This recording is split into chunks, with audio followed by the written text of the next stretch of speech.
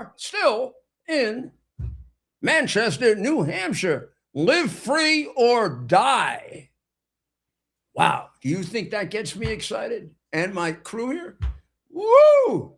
We love New Hampshire. Oh, live free or die. You are right. Man. You know, New Hampshire is a strange state politically. You think of it as a liberal state because it has two wacky senators who vote with the lockstep Democrat, anti-American, anti-decency coalition. You know, they're the ones who are in favor of mutilating children. They're in favor of the continuation of the reign of terror in Iran, where women have to wear this here. And today or yesterday, they executed 3 wrestlers, public execution, like their founder, Muhammad, did on numerous occasions, public executions. They are now against being at war with them. They used to be in favor of it. They used to be in favor of a fence at the border, the 2 senators here. Now they're against it because somewhere around 2016, 17, fences stopped. Fences used to, did you know that a wall used to work to keep people out? And then something happened. And I've been examining this very carefully, but I can't figure out the science of it. Something happened around 2016, 2017. You know, those walls stopped working. In fact, they became xenophobic and racist. Damn walls. Same thing with voter ID. That's right. It's xenophobic and racist. Now, I got to go to wiser people than me to explain that, because almost every African, Black American, or everyone has identification. When a reporter went up to Harlem and said, the Democrats want to make sure you can vote, so you don't have to have voter identification. They said, we all have voter identification. Don't they know that? Well, they say you don't know where to go to get it. And they said, well, let me take you. It's right around the corner there at the Motor Vehicle Bureau. It turns out that 97, 98 point something % of Blacks have voter identification. The problem about citizenship, I'm sorry, guys, doesn't apply to Blacks. They were born here. They can easily prove their citizenship. Of the people interviewed by Cara Castronova, I guess it was in Harlem. I don't remember where Cara was. We'll show it to you later. There wasn't a single person up in Harlem that didn't have voter identification, except one guy who was an illegal immigrant. But they know better, the Democrats and the 2 Democratic senators here. Now, the rest of the state is Republicans. Republican governor. I'm not sure. I'd have to ask Dr. Maria this, because she's an expert on all things in New Hampshire. I think they may have close to, if they don't have, a veto-proof Republican legislature. So why is it that they're conservative? And they say, oh, it's because of Trump, and they don't like Trump. They happen to love Trump. You know what it is? It's the colleges. Dartmouth, and all the other poor man's Ivy League schools. Poor man's Ivy League school says, instead of $90,000 a year in tuition, it's $70,000. That's if you're poor.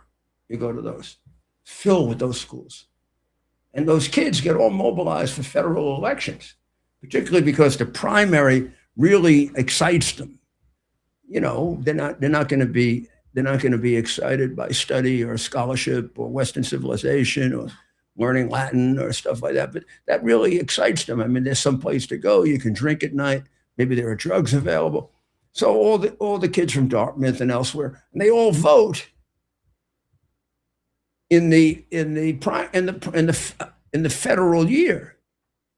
And if you took them out, this would be a Republican state, federally as well as what it is when local elections take place, which is overwhelmingly Republican. Well, if you want to check out really quick, I do have a graphic about the New Hampshire House of Representatives, and it appears in 24, Democrats took 177 seats and Republicans took 221. Interesting fact is that other took one. And like I said, I'm not from New Hampshire. Obviously, Yeah. Dr. Maria would know more, but that does What year show was that this was 24. Yeah, this is the year that Trump lost. Yep. And it looked at 22, it was a lot tighter. It looked like 199 to 201. But then another, Republicans actually, for a long time, the trend has been, oh my gosh, going back further, it was There actually are much more more registered pronounced. Republicans here than Democrats. Well, and you remember our trip to But you can change Pittsburgh. registration. Remember our Pittsburgh trip? But you can change registration here at a moment's notice, which is really strange. And it also allows, I'll tell you why this is wrong. And I am in favor of New Hampshire as an early primary state. You really should have to declare your party like you do most. Well, I'm used to New York. You have it doesn't really matter because you have to do it, but they cheat. You have to declare your party before the end of the prior year. Wow. So right now I'm stuck. Well, I'm not in New York. I'm in Florida now. But if I were in New York, I'm stuck as a Republican until next. I could now register as a Democrat, but for next year. Well, in Michigan, we get to go on primary day and pick which ballot we want. Yeah, but we require a little more thinking. Yeah. Which I think is important. This idea that everybody should vote, every moron should vote on illiterate, moronic, ridiculous. Okay, I understand that. But we're really not a democracy. As our founding fathers said, if we were a democracy, which maybe we are now, that would be the root of our demise. Democracies, according to our founding fathers and many scholars, end up being more dictatorial than oligarchies, because the dictatorship of the majority, when it gets out of control, is relentless. I mean, they did the most killing in the French Revolution, which is why we have a democracy with qualifications. And what are the qualifications? We protect rights against that democracy. And we call them God-given rights. I'm sorry, Margaret Brennan, but many of us still believe in God and prayer, like Pete Hegg said. And so the reality is that in New Hampshire, when we have a primary, it gets invaded by students from all over the country who are all left-wing, and they will come in and they'll screw up a Republican primary. They'll go and vote for who they think the worst Republican candidate would be. Because even if you're a Democrat, you can on primary day say I'm a Republican and independent. So it's a very, very strange situation in a state that is one of the most patriotic in the countries, and probably per capita lost more people fighting to free the slaves. Well, let's go to the war, because it is our biggest priority right now, because our men and women, their lives are at stake during this war, as well as the lives of many, many innocent people and good people. And also of great importance, the future of our civilization is at stake, because make no mistake about it, the Islamic Republic of Iran is at war against our civilization. So we focus a lot on their chanting every chance they get, but certainly every Friday. So Friday has passed for them by now, right? They're ahead of us. Is that right? Yeah. Yeah. So sometime earlier today, they all gathered in the square in Tehran. And as they have done for the last 47 years, they have ended their prayer, which comes from the first book of this manual on death called the Quran. It's the one surah that's placed in the correct location. The Quran is a deliberately distorted book in terms of the chapters, so that they can make an argument that Muhammad was partially human. I mean, meaning that he wasn't a murderer and a killer. And they put it in the order of the longest surah, which is a chapter, first. And then you have the whole book. And then they say that some of the bad things in here, which overwhelm this thing, 107 invocations to violence, things like shouldn't be friends with Christians and Jews. If you're going to kill them, the best way to do it is to slit their throat. Not a bad idea if you torture them a little, if you can. Stuff like that. That's all in here. Okay. So all of that in it, the usual deceptive Quran is in the front of the book. And then in the back, there's kind of like strange stuff where it's just like, Christians and Jews is not so bad. They come from Abraham like we do. The Jews we should respect. The Christians we should respect. Christians are a little crazy because they have this Trinity thing. Jesus is not God. They're lying about Jesus. Jesus never really died on the cross. I don't know. That's a little offensive to us, isn't it? I don't know. But that's in there. That's all in there. But it's all at the back of the book. There's a nicer attitude about Christians and Jews. At the front of the book, it's all kill them, kill them, kill them.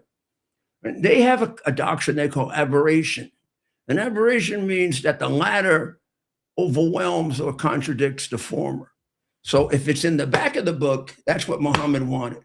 If it's in the front of the book, he changed his mind about it. Except they reverse the front and the back of the book because it is a religion of deception. And it's not a religion. This book reverses it.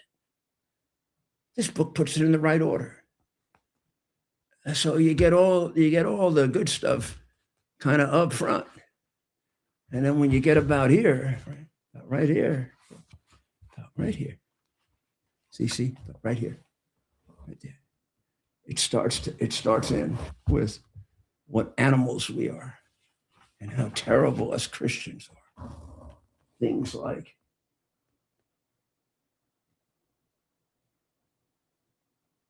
there is a parting between me and thee. Now will I tell thee the interpretation. And basically what this says is the Lord desired basically that the Jews should be eliminated because they didn't follow his word. See, that's toward the back. No time for an abrogation. And there is no abrogation after that. Well, I bet the guy who like kind of included that stuff, like who made sure that it was there, was at least, throwing us a bone a little bit, right? At the end. Yeah, good. He was deceiving us. Yeah. Because they followed it. By probably killing more people in the name of religion than all the religions in the world combined. And how does that version get sorted by its chronology? Fight in the cause of Allah, those who fight you, and slay them wherever ye catch them, and turn them out from where they have turned you out. For tumult and oppression are worse than slaughter. But fight them not at the sacred mosque, unless they fight you. But if they fight you, slay them. Such is the reward of those who suppress faith. Thee shall prevail with justice and faith in Allah. Now you think Allah is God. No, he's not. He's one of three pagan Arabian gods that existed before Muhammad. Fighting is prescribed for you. And if ye dislike it, and it's possible ye dislike a thing which is good for you, and that ye love a thing which is bad for you, But Allah knows best, and he knows that fighting is best for you.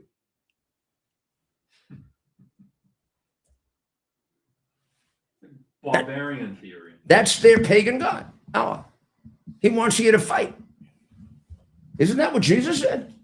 Oh, wasn't it turn the other cheek? I thought that was Love. Yeah. Jesus is love. and fight them on until there is no more tumult or oppression, and there prevail justice and faith only in Allah, altogether and everywhere. I don't know. 1,400 years of doing bullshit with this. So many dead. Right now, as I speak, getting slaughtered in Africa because we can't stand up to that. It's time that we do. So Trump said to Bibi, no more attacks on the oil fields because Bibi took out some of the PAR's actually natural gas receptacles. Not really the same thing because it's really about energy and the price of energy. However, in the same breath that he's saying he disagreed with Bibi about hitting the oil fields, right? He said if Iran attacks Qatar again, he's going to take out all of the PAR's island, the whole thing, which means he will take away all of Iran's natural gas. But he criticized Bibi for taking away a quarter of it. You think maybe they're playing a game? If you don't, you're really stupid. So Bibi hits a quarter of them. They cry like crazy. Oh, what are you doing? Terrible. All the European nations, you're taking away the natural gas. He still got 3/4. However, you touch Qatar again, boom, it's all gone. Now, normally I would say, why does Qatar get this special treatment? Is there something funny? Qatar supplies most of that natural gas, which goes through Iran, which shouldn't come from Qatar. Qatar is the natural gas king, the way Saudi Arabia is the oil king. Qatar has more natural gas, not just per capita, but more natural gas than anybody else. In fact, the only country that possibly could exceed them, not yet, but could, is the United States of America. Amen. If we do further fracking, like we go below where we are right now, because there's every indication that there's even more natural oil, more natural gas further down than the natural gas that we're extracting right now. That's certainly true of the Marcellus Shale that goes from New York down to West Virginia. The Marcellus Shale turned out to be one of the biggest oil and natural gas resources we've had, particularly natural gas. And about 8 years ago, they discovered there's a whole replication of it further down in the rock below the earth. And every estimate is that it is significantly larger than what we have right now. And we're really the only country that knows how to frack. We may be the only country that knows how to do anything, really. They all lie and cheat and make believe. And then when push comes to shove, who's able to take out their entire nuclear installations and not have a single airplane shot at? And for reference, this is what we're talking about, where Qatar is and where the PAR's oil, or the rather natural gas fields are. Well, it's right there. I mean, it's right there below what is it, 30, 40 miles south of where the oil is located at Charge? Well, it's hard to actually tell relatively. I was hoping that you might. Well, no, I can show you where it is. Do you have a map pulled up? Yeah. It's but actually, this is a good time, as good a time as ever, right. to talk about Karg Island and the different. They're all They're all pretty much next to each other. And I don't quite understand why they put it all in one place. I don't understand it. They have 80% of their oil at Karg Island. Yep. Karg Island. 80%. Why are you putting 80% of your oil in one place? Efficiency. So I have to do a little trick here with my iPhone in order to get on the internet. Well, and actually, I don't know if you've been checking, but Ted remotely has been uploading some very excellent photos of Karg Island. Well, good. I Let bet him put it- them on. I wonder who took those. Is that it? Yeah. Okay, so that island contains, and it seems incredible to me, that island contains 80% of the oil. Look at that. That island contains 80% of the oil that is shipped. I don't know, 80% was shipped out of Iran or shipped from Iran to Asia. But that's where all the oil going to China is. So the president has 3 or 4 options here. And you see how small it is? Yeah. I mean, I don't think that's terribly deceptive either. I think it is really quite small. Oh, I wouldn't want to work there. I wouldn't want to work there either. You know, I certainly wouldn't want to pay. I wouldn't want to be the insurance company insuring those people. I think maybe sometime this weekend might be the time you're going to have to pay up on your policies. I seriously. Like one big construction site, it looks like one big Industrial. Yeah. Yeah. And actually, if we look relative to the Strait of Hormuz, it is tucked away in there. It is actually somewhat protected if you look at it and you think why they would pick Karg Island. Protected in what way? It's deep in the Persian Gulf, you know, protected by the Strait of Hormuz. And, you know, it's, Maybe they want it off. I guess you can say that having Saudi Arabia right there is not necessarily like perfect ideal for them. But yeah, you got to look and it's like, oh, if ships want to get there, they got to go through that Strait of Hormuz that everyone's been becoming a scholar about lately. But the same thing is true with Pars Island, which is about halfway. It's about halfway between Karg Island and the Strait of Hormuz. It's about halfway.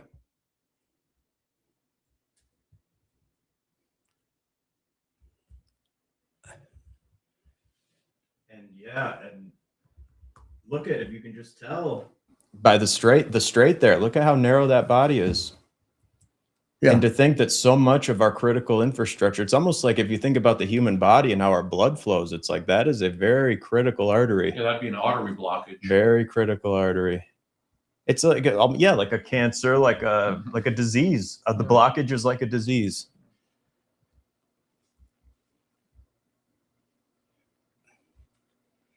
I don't get this.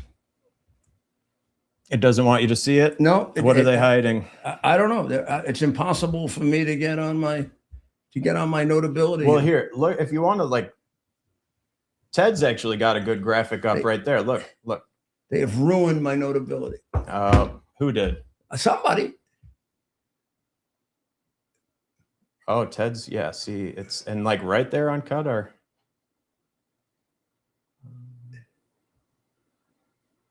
Oh my! Well, that is gosh. showing you the strait, right? And that's basically. It looks like that's where the gas fields are. They're north of it. Is that right? Yeah. Here, well, look. It's they are north of it, and 25% of them have been knocked out. It's like 25% were knocked out north by and west. 25% was knocked out by Israel, and the president kind of scolded Bibi for having an effect on the price of oil. as a result of that. And although it was natural gas that he took out, it all works in the same way. So he is right that it has an effect on the price of oil. But I do think that he kind of gave it away a little bit by at the end saying, but if the Iranians hit Qatar again, he will take the rest of it out. After telling Bibi he was wrong for taking a quarter of it out, he uses it as a threat, and I think a legitimate one. A legitimate one, but at the same time, I'll take the whole damn thing out if you hit Qatar again. He doesn't like to destroy productive assets. He is a businessman, No, he doesn't, so it's better. But the reality is that that's Qatar. That's Qatar. This has a dramatic economic effect on Qatar, because I am assuming that a lot of that natural gas that is being handled by Iran comes from Qatar, which gives you an idea of how much business behind our back Qatar has been doing with Iran, which they're not happy about now because Iran is kicking the shit out of them. Maybe not a good ally to have, Amir. Yeah, I wonder how many Not of them. a good ally to have, Amir. And maybe you should straighten your head out. How many of these wealthy Qataris do you think are even in And Qatar maybe right you now? could straighten Al Jazeera out too, as you're doing everything else. How many? How many wealthy Qataris? If I'm a wealthy Qatari, I'm hopping on my jet and going to, Barbados or wherever the heck I want to go. I would say Qatar is on the list right now, along with particularly their what appears to be their enemy, the Emirates, which shouldn't be, but is. But they're both on the list for it's time we wipe this regime out. How can we reconstitute them? They'll just bully us around again for the next 50 years. This is the opportunity to eliminate them, to get rid of them, to consign them to hell, which is where they're going, and be able to start creating sensible economic relationships For the region. even between Qatar and their Saudi brothers and Emirati brothers, and they've basically been at war with each other. I mean, they almost went to war in 2018, 2019, prevented really by Trump. And a lot of it was over Qatar playing ball with Iran. Well, they sure got paid back for playing ball to Iran, because Iran doesn't spare them from being hit. And how bad have they been hit so far? Well, let's put it this way.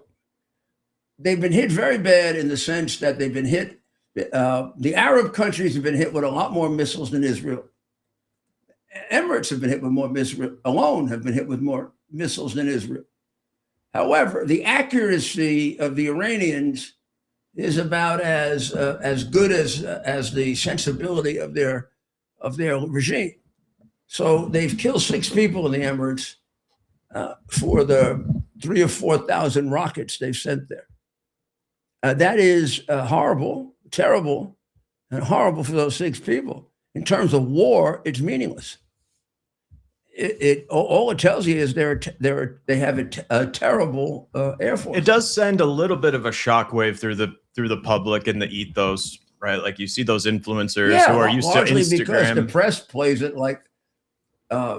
Imagine if we shot off 2,000 rockets and we killed 6 people, what they would do to Trump. They'd rip them apart. They'd say, "Well, you're wasting rockets." Yeah, Well, are you crazy? I mean, you They use 2,000 rockets for 6 people. and that was one of my theories as to why they were hitting them, because they needed a few of these things to work, right? And they needed targets they needed some to at least hit the target, right? They don't realize that they don't have to work because the press is on their side. Why the press is on the side of a repressive, anti-woman, anti-human rights, a fanatical regime, I have no idea. I mean, it's got to be that they prefer evil to good. The predominant coverage in this world tends to be more attracted by evil than good, more attracted by Satan than God. Morbid curiosity maybe drives it. I need to take us back home for a moment, because one of the most ridiculous things in the whole world occurred yesterday.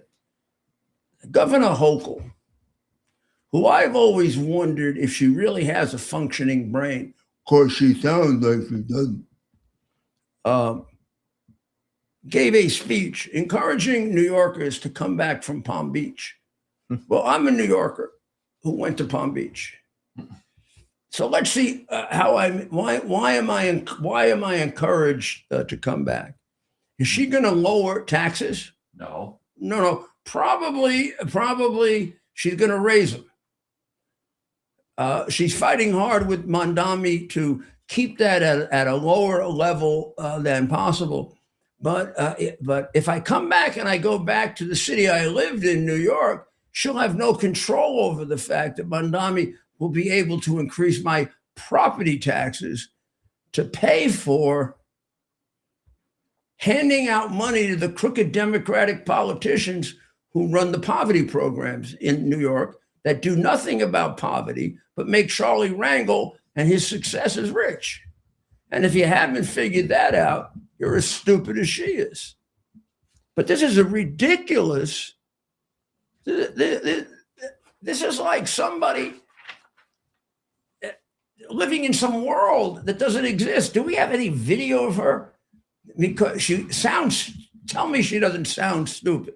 Well, what she's saying. Video queued up, but I will show you that she is number one. She is number one in something. You want to see what she's number one in? Number one in the nation for highest individual tax burden.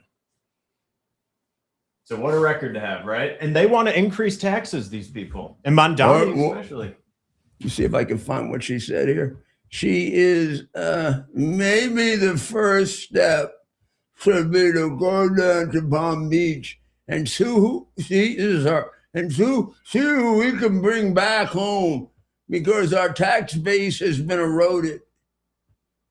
I have to look at the fact that we are in competition with other states who have less of a tax burden on their corporations and their individuals.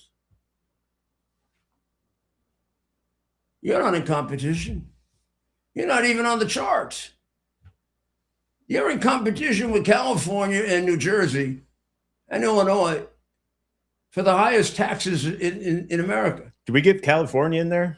Oh, yeah. Gavin Newsom. I didn't hear it. Where you are in competition with them for driving away more citizens than any state in the country. This year, you won.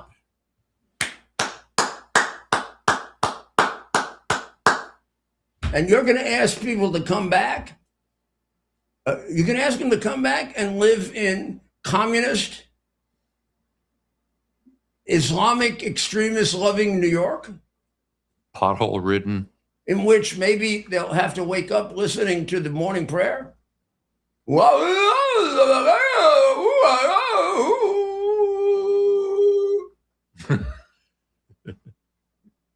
Dear Mohammed, help us killing Jews and Christians, which you asked us to do.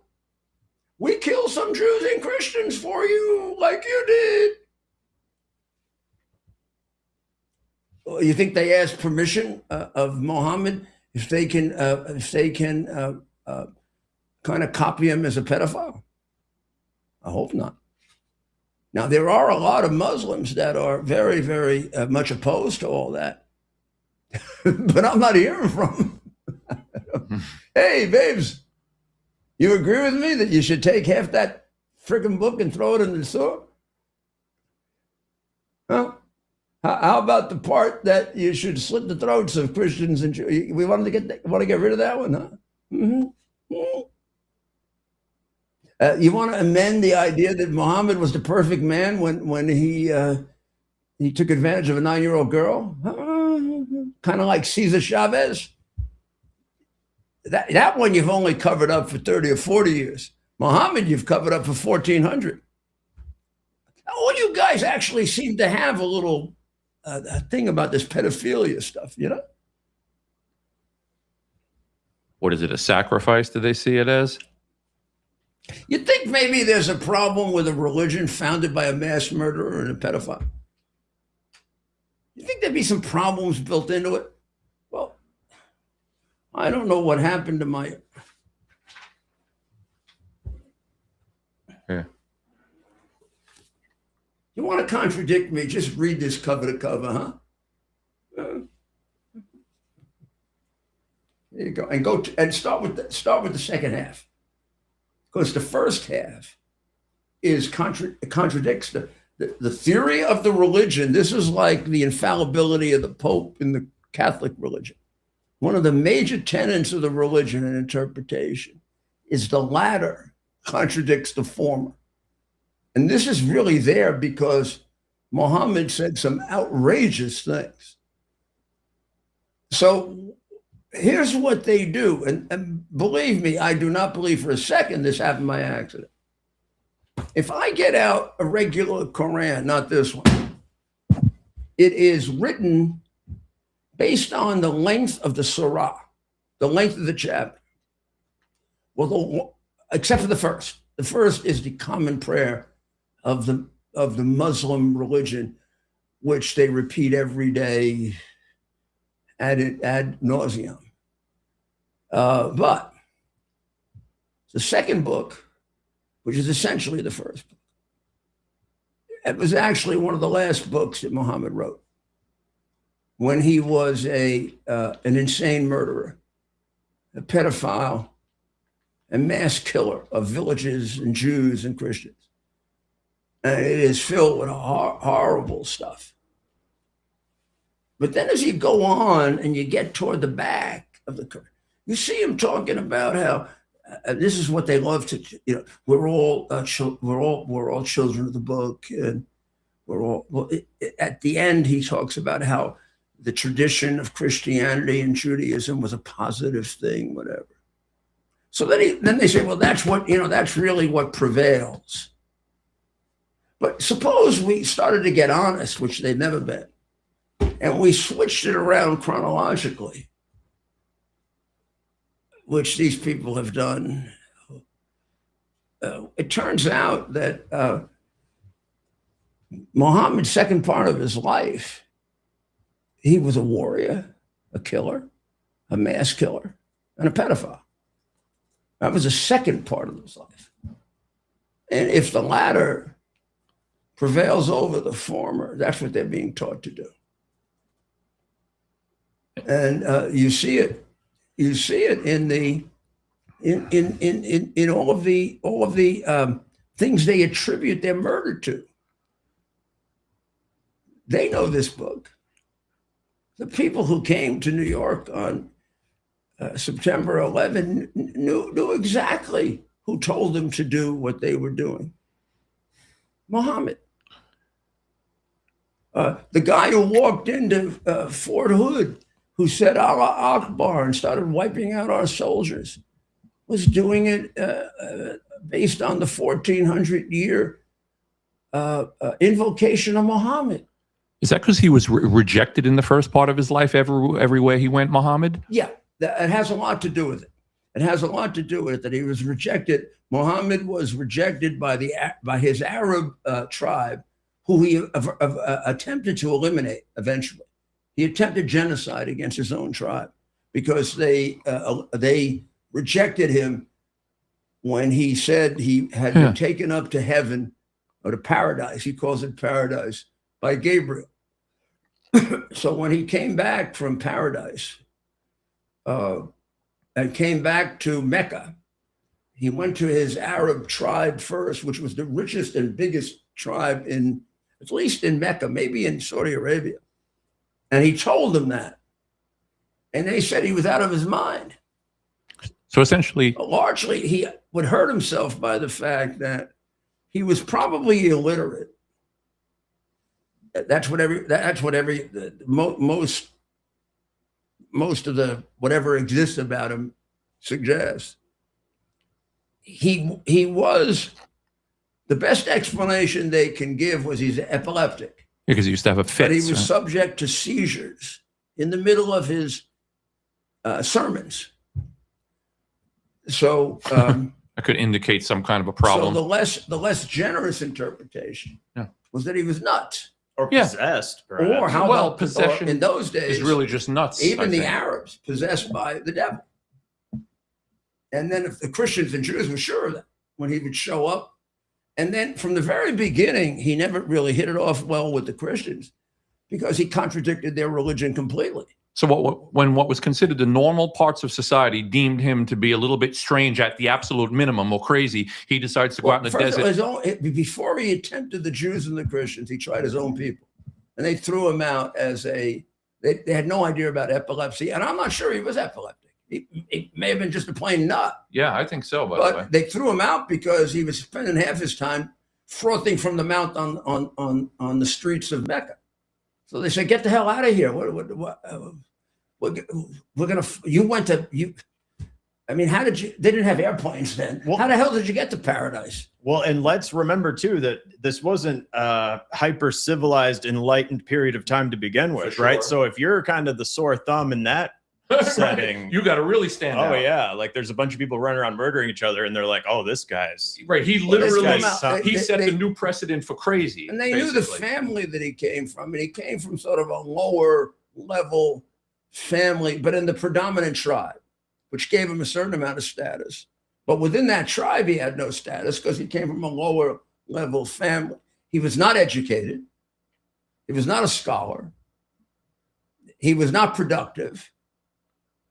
So then tell him what he then does. He goes out into the desert and he commissions. Before that, he goes to the Jews and they throw him out and they say, what the heck do we want you for? We have our own religion. Then he goes to the Christians. And there, I mean, he starts off with basically, you're a bunch of frauds because, first of all, you're not monotheists. The Trinity thing is three gods. So you're like pagans. So you got to come to me. And number two, Jesus wasn't God. Jesus wasn't crucified. It was a big hoax. It was a big hoax. They substituted somebody else from Jesus because Allah didn't want Jesus crucified because Jesus was a good prophet. And I know that because I met Jesus up in heaven. Well, you think these early Christians who were converted based on Peter and Paul, they weren't converted by armies or by threat that they were going to have their heads chopped off the way he did it. They were converted by the preaching and by the spirit and the example of some of the greatest intellects and some of the greatest saints in the history of the world. And let's remember to try to embody that as we, carry on our own affairs, that we should be, evangelist for the greatest, for the one true religion. So he and said, Trump, you're not just the one true religion. Even more than the Jews, you're kind of a hoax. So they threw him out. And so he ends up in the Bedouin desert with the completely illiterate Bedouins. Unlike the Arabs in Mecca, they're not educated. They're not successful businessmen. Barbarians. Most of the Jews were educated, certainly in the Torah, and most of the Christians were educated. Otherwise, they wouldn't have become Christians. They had to learn the gospel. They had to learn the Bible. So now he goes out to the unwashed, illiterate, right? The homeless people who are spending their nights with the camels, right? And they all go for it. This is great. We love it. I mean, we can go into Mecca and take them over. Yeah, that's what we're going to do because they won't listen to us. We're going to have to get militaristic on them. And convinces them to and become soldiers. What he lacks as a religious preacher, he has as a organizer, as a murderer. So he organizes a great army for those days. He begins small. He goes and takes a couple of Arab villages, gets bigger.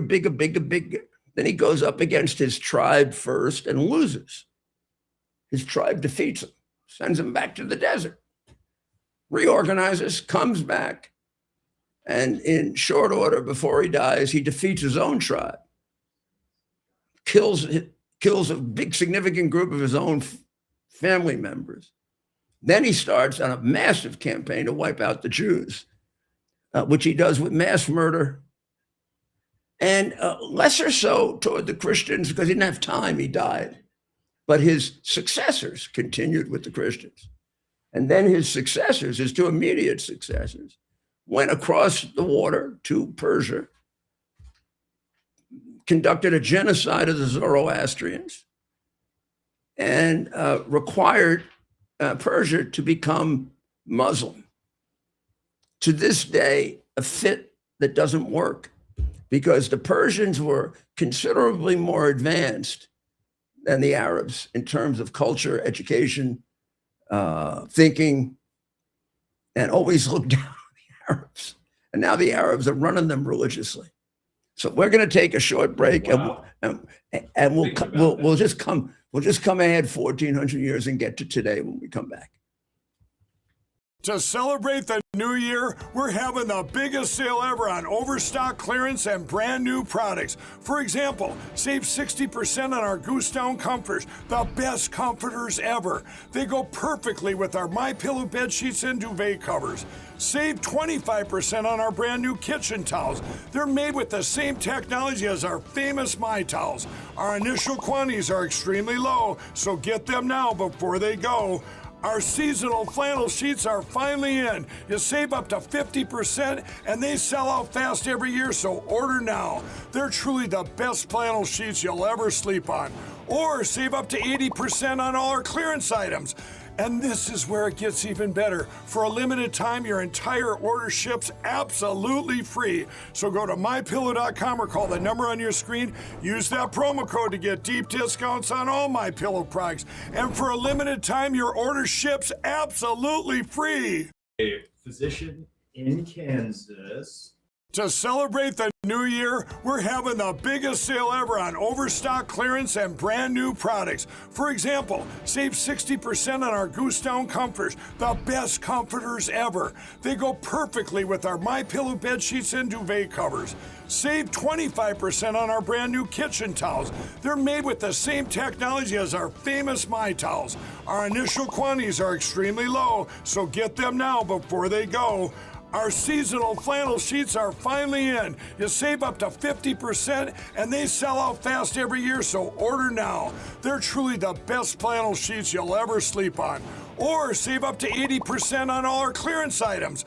And this is where it gets even better. For a limited time, your entire order ships absolutely free. So go to mypillow.com or call the number on your screen. Use that promo code to get deep discounts on all MyPillow products. And for a limited time, your order ships absolutely. U.S. Army Major Scott Smiley paid a high price serving our nation. Scott was leading his platoon in Iraq when a blast sent shrapnel through his eyes, leaving him blind and temporarily paralyzed. Scott would become the first blind active duty military officer before medically retiring years later. Thanks to friends like you, the Tunnel to Towers Foundation gave Scott and his family a mortgage-free, specially adapted smart home. Show your support for America's heroes now. Donate $11 a month to Tunnel to Towers at t2t.org. For my throat. Rudy Giuliani back with America's Mayor Live, and we have a really excellent guest, Saeed Sajadi, who is a doctor in Kansas and also a longtime member of the Iranian freedom movement. So I imagine he is a very we've had you on before, Saeed, and Yes. you were excellent. But I just wanted to catch up with you because Yes. you have to be watching this moment by moment. This is your life's dream, hopefully coming true. Yes, indeed. The situation is very critical right now in Iran. Regime is Please. at its weakest. And I want to say, Mayor Giuliani, what brought regime to this point is the fact that the Iranian people and the organized resistance, they've been against the regime and wanted to change the regime for the past 4 or 5 decades.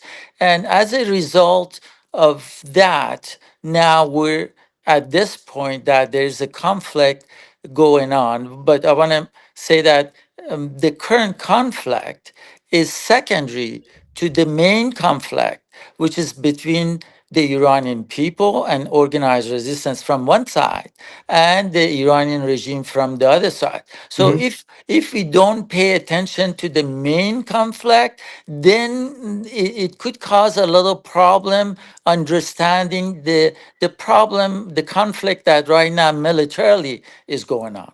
So what would you describe as the main conflict? The main conflict is that, the freedom movement in Iran, starting late 19th century on, it's been about 130 years or so. Yes, and there's been two revolutions: constitutional revolution of 1906 and then 1979. The slogans for those two revolutions been freedom. People wanted freedom, and also want to have a government which is independent. And that was the main reason that the revolution 1979 happened, because the Shah didn't present any of those. It was a dictatorship, and then also it was being perceived as a puppet. That's why the revolution happened. The thing is that at the time, the regime, the mullahs were the only forces in Iranian scene who were free, who were allowed to organize. And by the way, Shah was financing the mullahs, and that's why they were strong.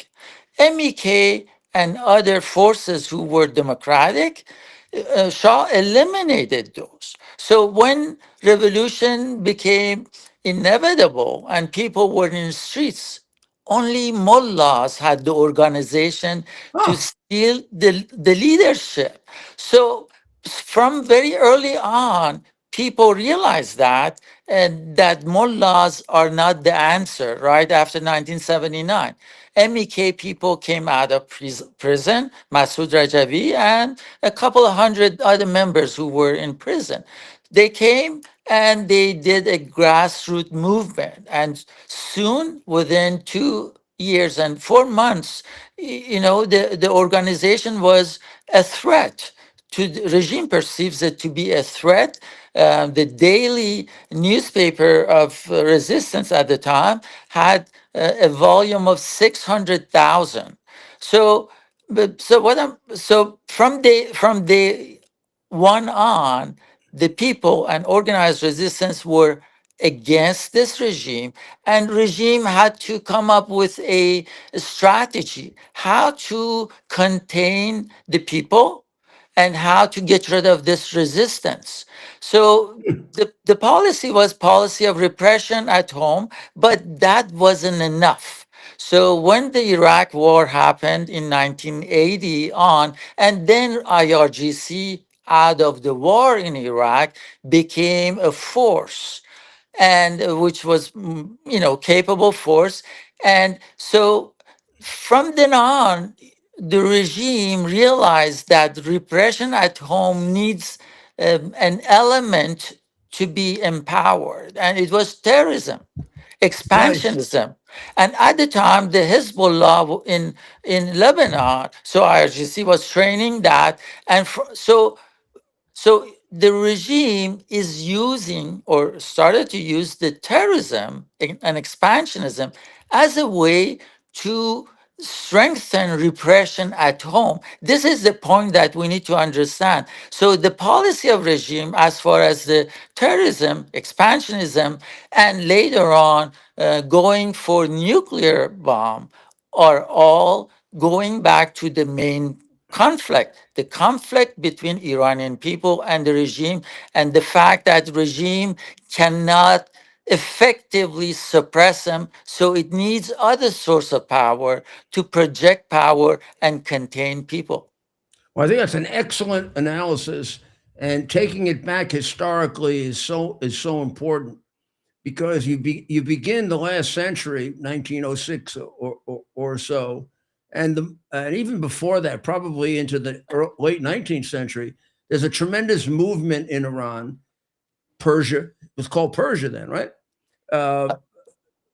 Prior and until the Shah changed it 1931, prior to 1931 with was called Persia. Persia, and Right. after that Iran. Yes. And the movement begins for freedom, so they can run their own destiny, get rid of the Shah. They had different Shahs at that time, and that really is interrupted. I'm going to say by oil, by the British in particular at that time, greediness and their desire to dominate Iranian oil, to steal it. So they put this.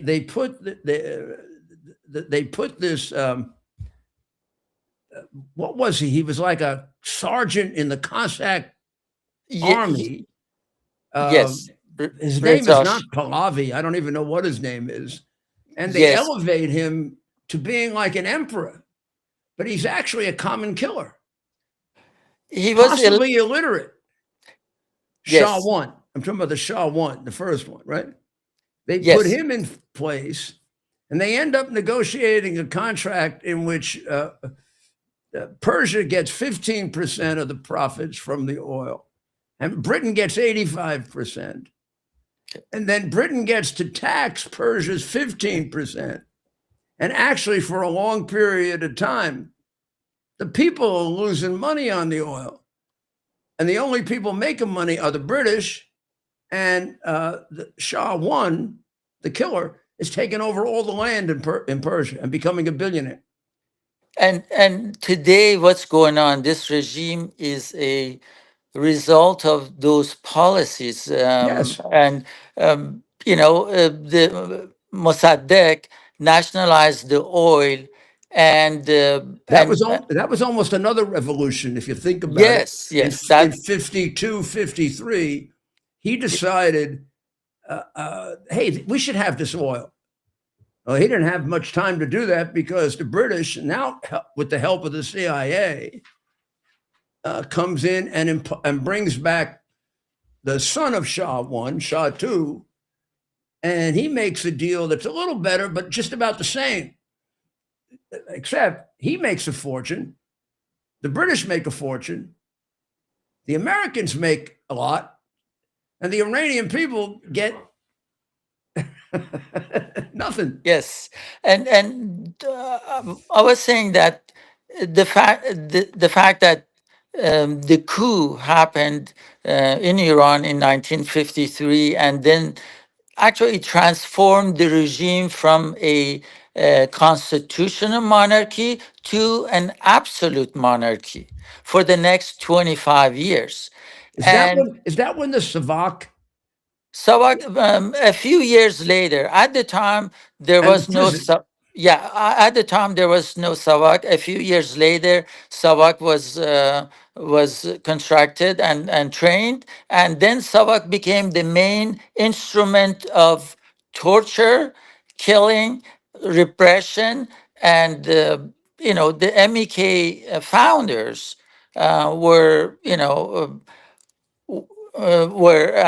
basically killed by Savak and arrested and tortured in prison for many years. So that was the main reason 1979 revolution happened, because of the dictatorship of the Shah, and because people wanted to freedom and an independent government. But I want to, Mayor Giuliani, again, come back to today. It's important to realize that even October 7, I want to say that was a byproduct and of the fact that the Iranian regime wanted to stop a chain of uprisings. We had uprisings in 1999, then 2009, then 2017, 2019, 2022, and Iranian regime, in order to stop the uprising, because it felt Yes. threatened. I actually had some hope then that there might be an overthrow. So They had become yes. they had become, I've forgotten if it was 2018 or 2019, but they had become so prevalent all over. Yes. So So, including the ethnic minorities. so Mayor, I thought there might be an overthrow then.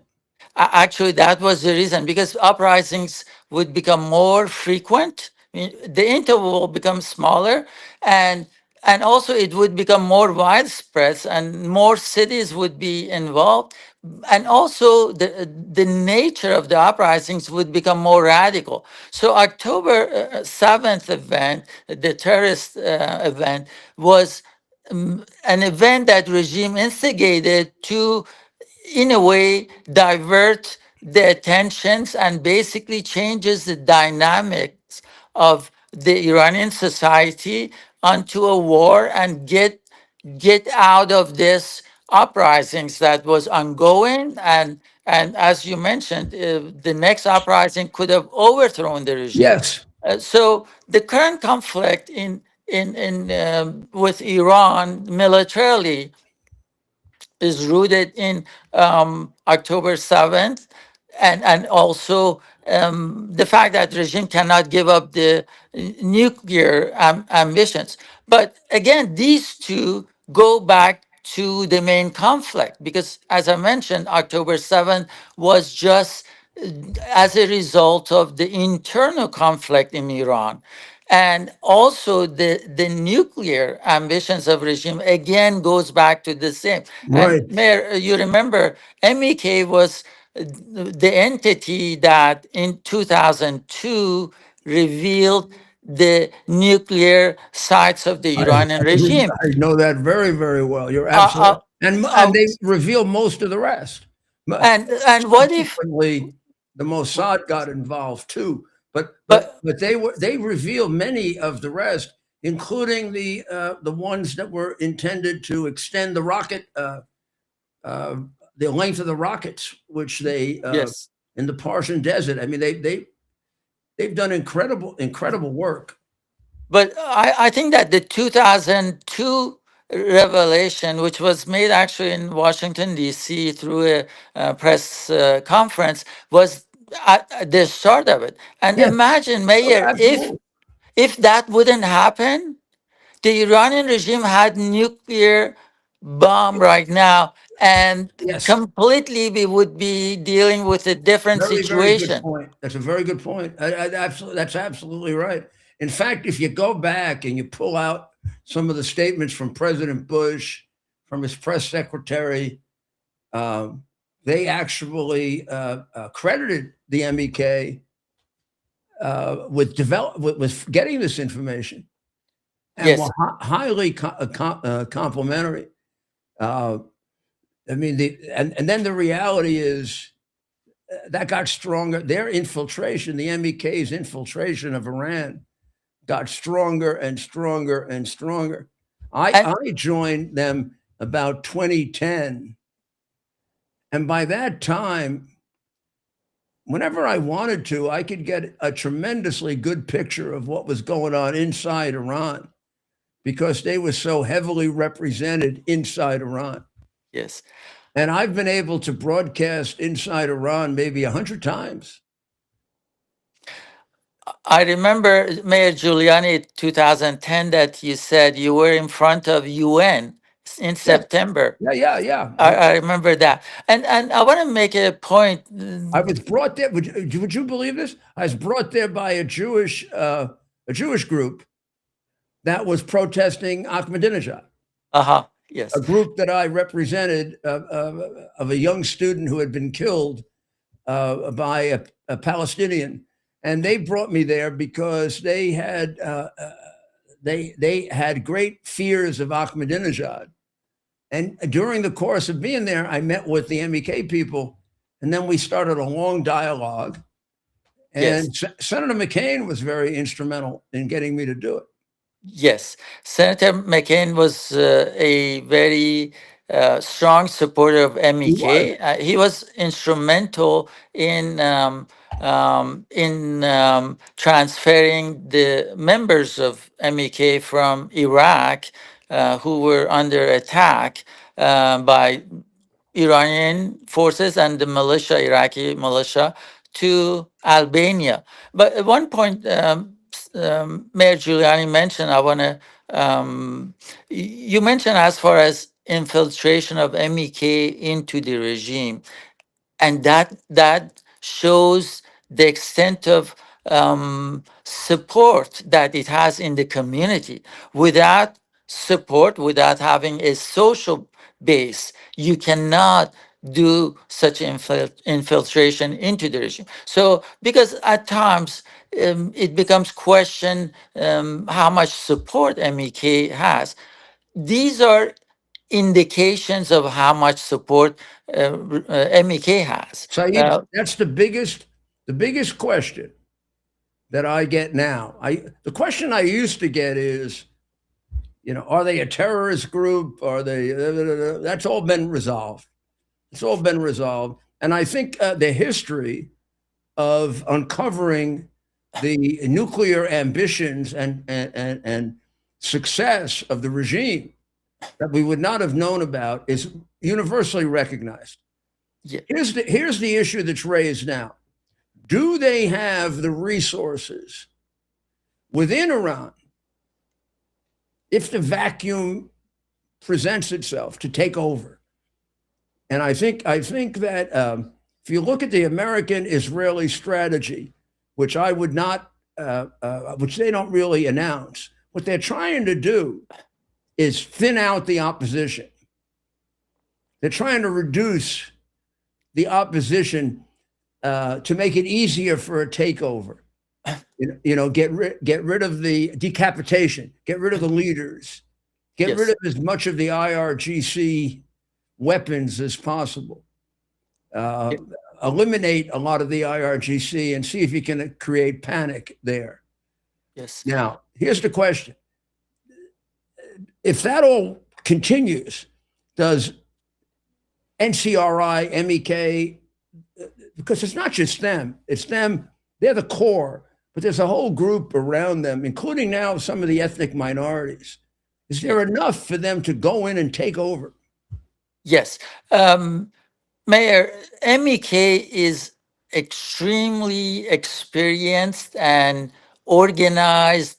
I mentioned when MEK came out of prison just 3 weeks prior to revolution, 1979 revolution in Iran, they were only 200 members. But they built a big organization in millions in terms of support within 2 years. So that's one.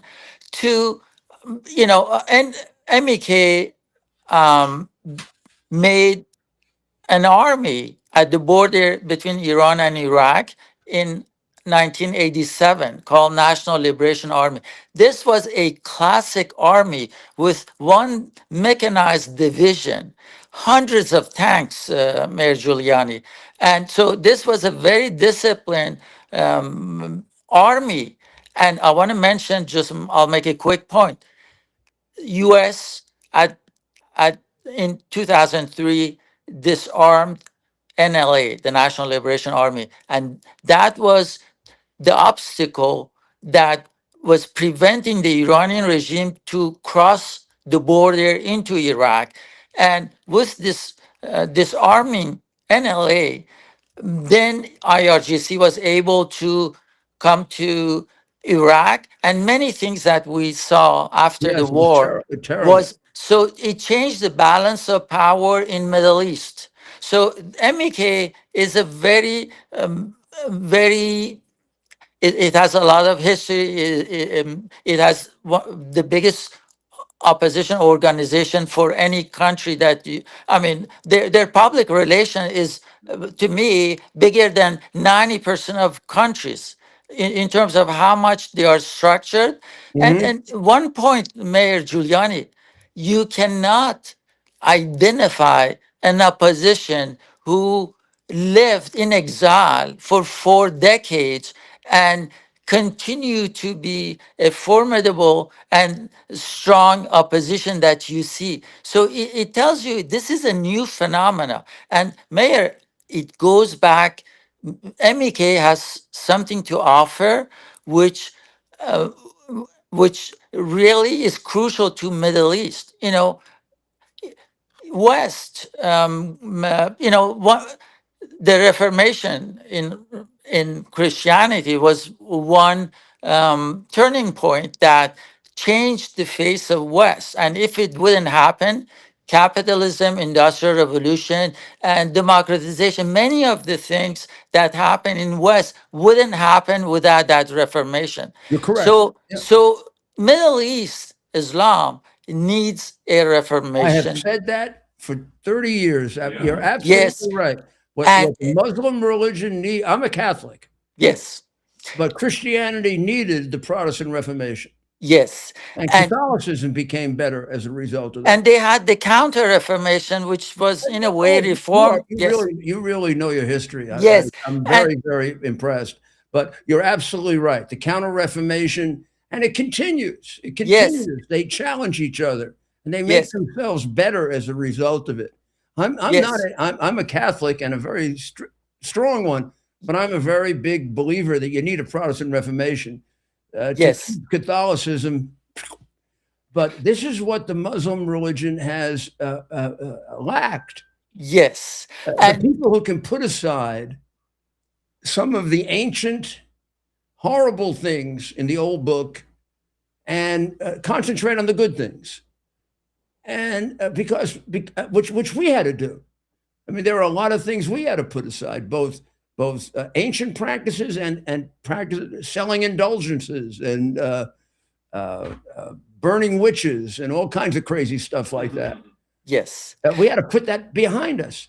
yes, And many people who are Muslim, either devoutly or by heritage, have put that behind them. They just haven't organized it.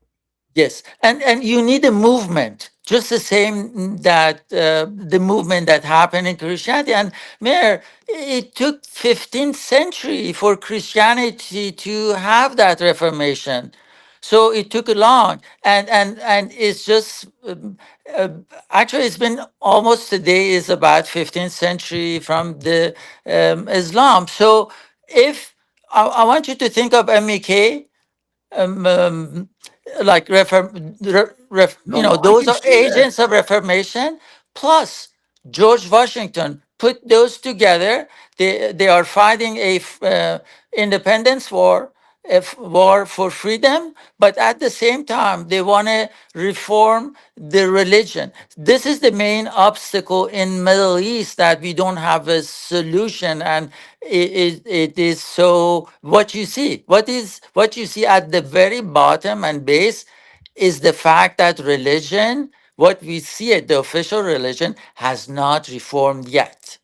That's the bottom line of the whole conflict in Middle East. Think of MEK as the solution to that. I can see that clearly, and you made it much clearer than I could see it before. I have to really appreciate that. We're gonna be back to you because this is very, very valuable. Just tell me, bottom line, if in fact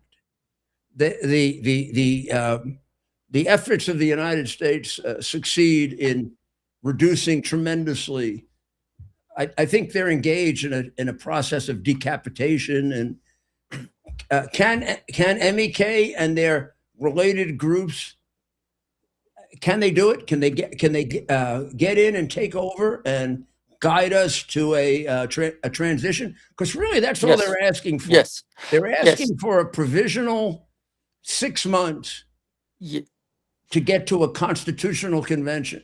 Yes.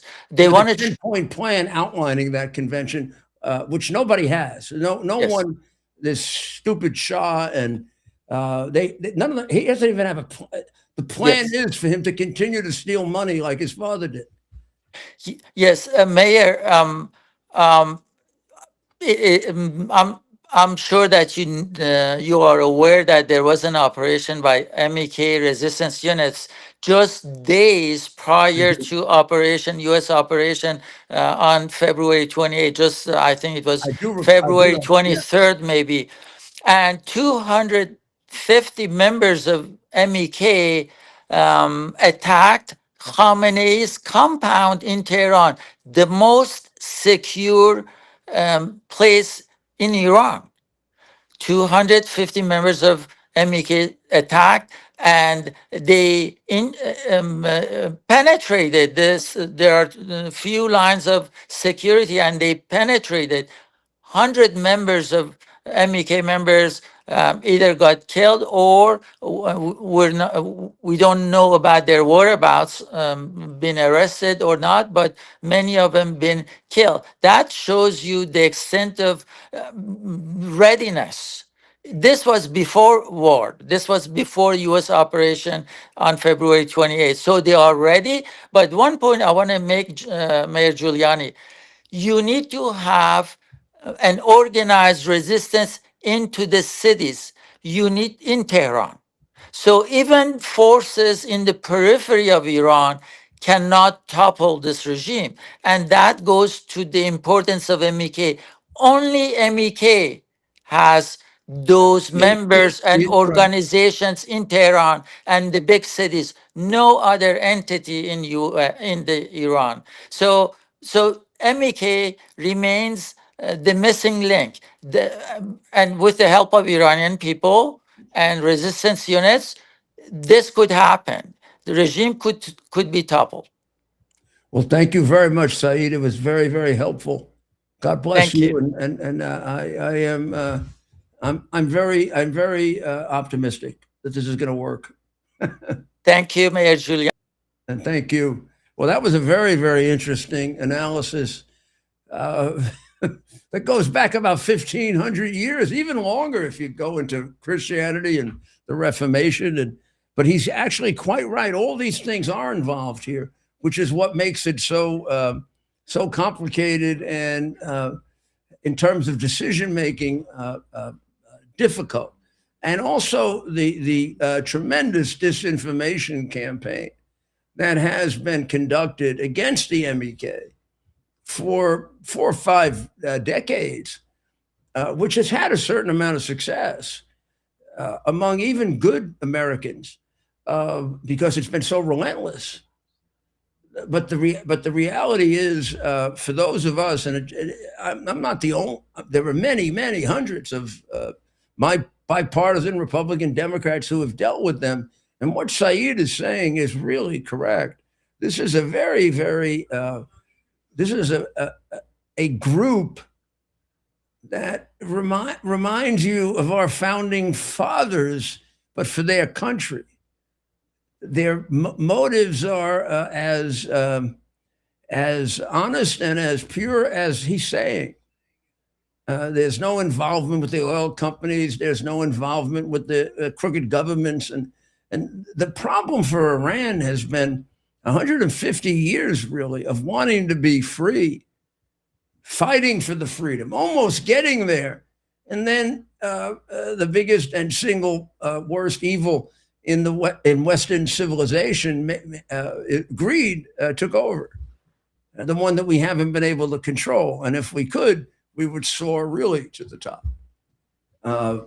They are not at all motivated by greed. They're not trying to make deals with oil companies and governments for this percentage and that percentage. Only thing they're trying to make deals for is freedom for their people. And they've put their lives on the line, and they've lost 120,000 people. That investment alone is worth a lot more than money. So let's take a short break, and we'll be right back. Here we are, pretty much at the beginning of the process here at this pristine, I call it a laboratory. It's not like a factory, it's like a hospital. This is the beginning of the process for roasting. Deep grain, very good quality. Most people don't use this quality. We deal with small farmers because we like to know who we're dealing with. They give us the highest quality, all organic, non-GMO. You should know all Arabica beans, no Robusto, all Arabica. They're going to go into the roaster, and it'll get roasted for about 20 minutes or so.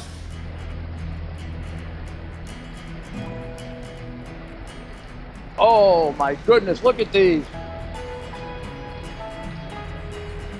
My goodness.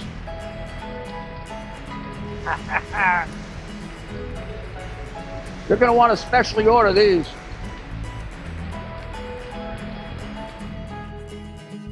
This is what goes into Rudy's coffee.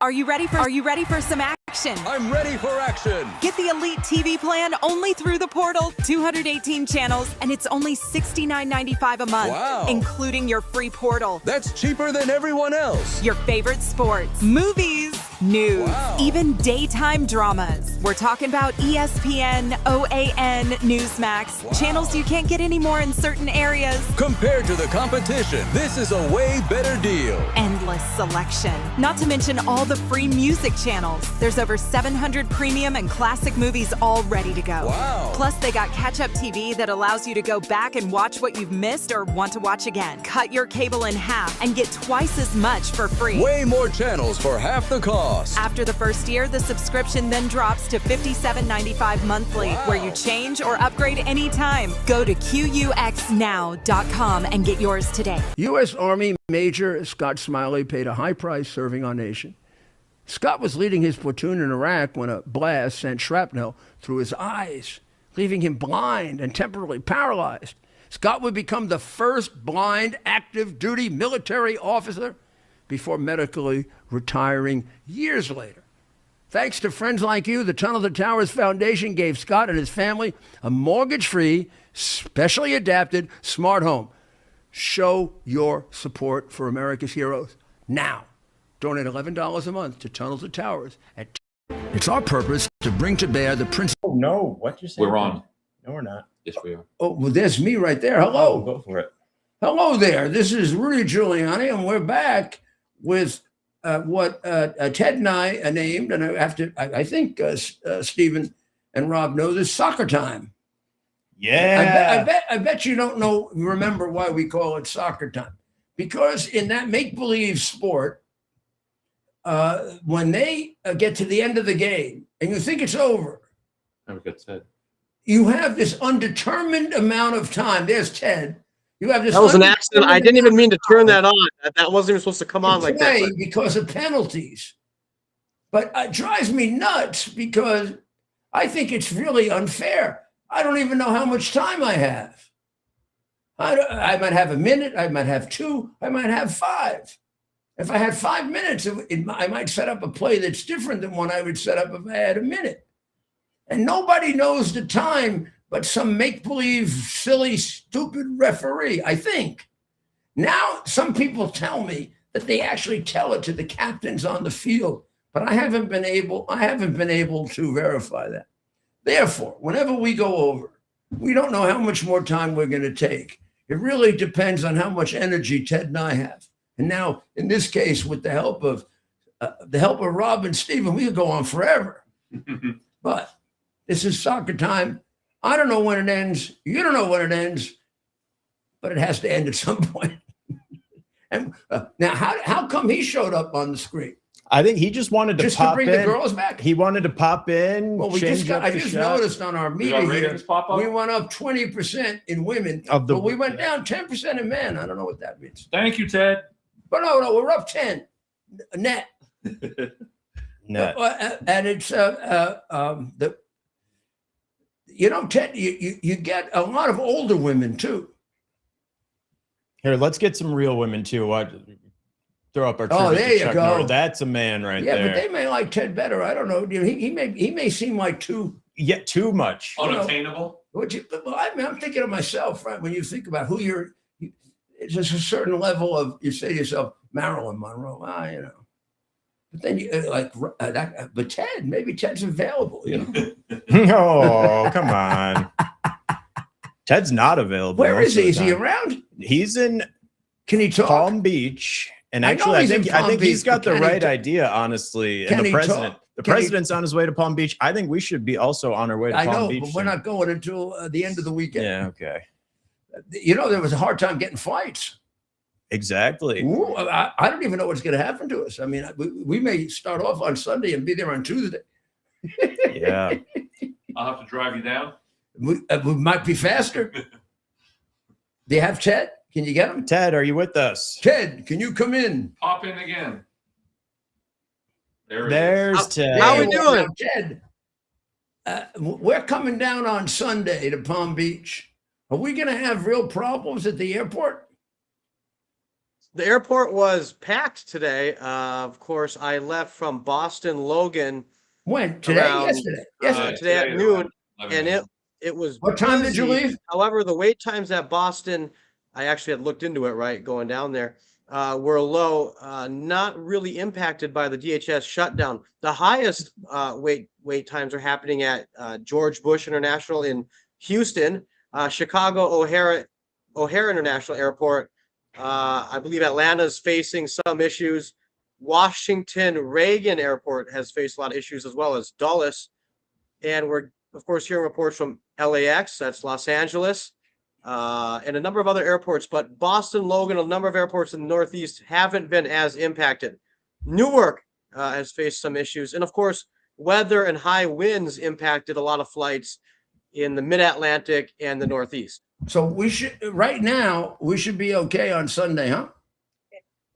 As of now, you should be good. I haven't checked the weather reports, but they're running a tight ship up there in Boston and West Palm Beach. Again, it was busy. It's a smaller airport, of course, and it's a busy time of year with spring break. A lot of folks coming down between families and golfers. That place was packed. And I came up from Tampa, and the baseball presence was off the charts. There were multiple teams and people training. Well, North, they're going to pretty much start the season pretty soon. That's what it looked like. That's what it felt like.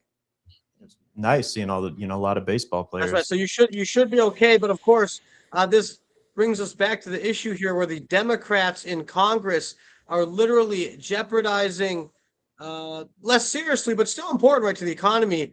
Airline travel, major disruptions to airline travel, that does become a significant issue to the economy. But even worse, of course, other areas where they may be jeopardizing key components. What are they trying to accomplish? I wonder why they're doing that. They're doing it because it is more important to them that they have the ability to fix elections when and if they have to. Yes. Right?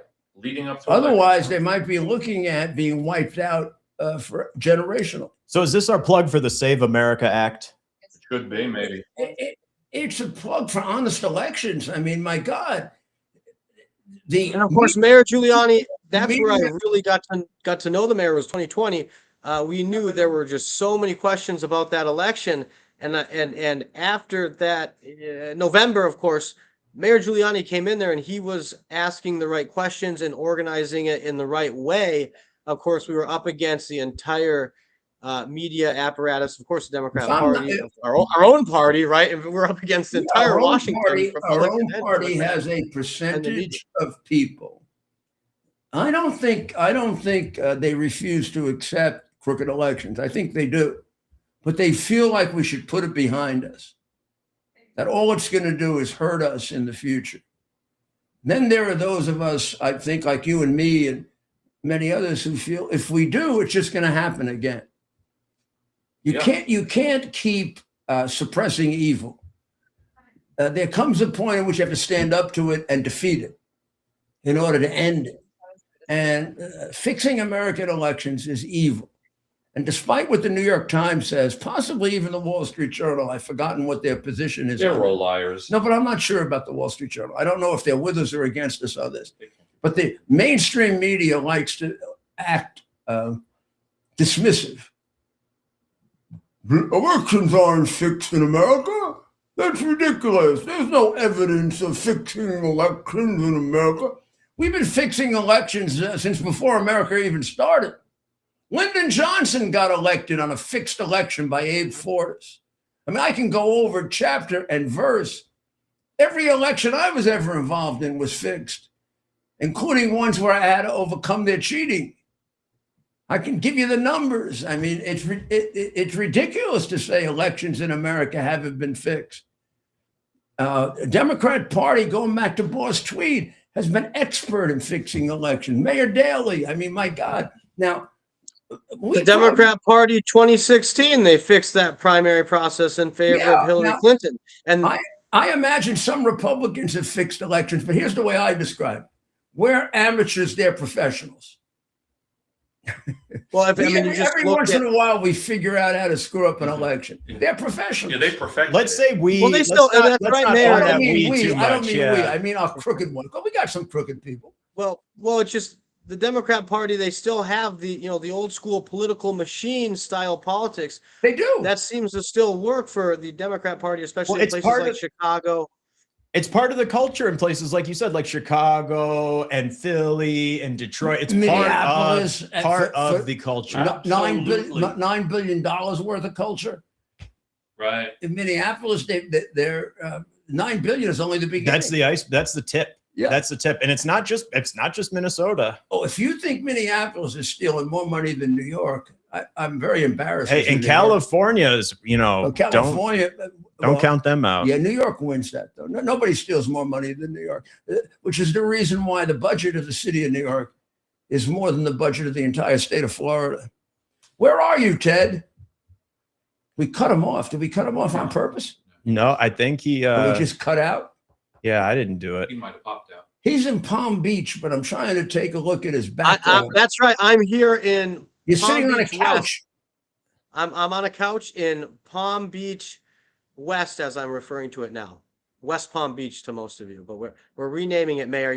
You're on Palm Beach, the island, which much deserved. You worked for it, and eventually, I may want to make my way there, right? If I am able to work hard enough. However, if not, right, we're in West Palm Beach, but we're going to rename it Palm Beach West. So Sounds we'll get better. the I reaction think from we have the Palm to put our Beachers. big studio there. That's Did what I'm Did you beat the president back? I think you guys were about to arrive at the same time. He was here. I don't know if I must have beat him back. I You must landed have, before because him. they wouldn't let Maybe you land. I was able to land, and then when I was going by to get the car, I saw Air Force One. So that's a good question. Air Force One is in fact here at Palm Beach International. I love getting grounded by a motorcade, and then you can just kind of chill, and you have a good excuse. No, but of course we want, yes, for President Trump.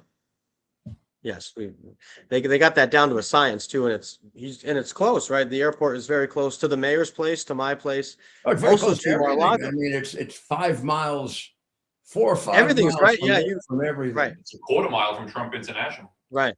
Yeah, it probably is. And I bet they have a little switch to control the bridge. So I bet President Trump never hits a bridge going to Palm We were Beach. talking about that. I think they also now take them. They do much more deceptive things now than they used to. I got turned around going near No, they don't. Mar-a-Lago They one used time. to. First term, they used to take them the same way all the time. It was pretty predictable. All the people would line up. They knew what he was coming over.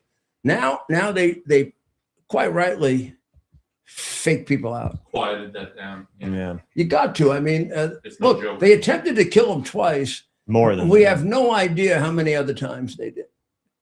And he is remarkably stoic about it and very, very quiet about it. But some of that New York blood too. But the attempts on him are outrageous. I wanted to talk a little about Joe Kent and where this all leads, and how the hell can Gabbard hire this guy Caldwell in the face of this? I mean, Caldwell has already denounced Trump. And how the hell does Tulsi hire him? Are you there, Ted? Can you hear that? He's there, I'm sure. Well, what is your There he is. yeah?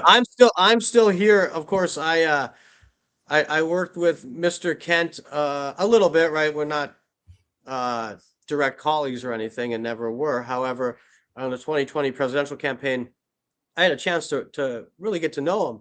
And of course, we are all grateful for his honorable service, something like 11 combat duties in the Middle East.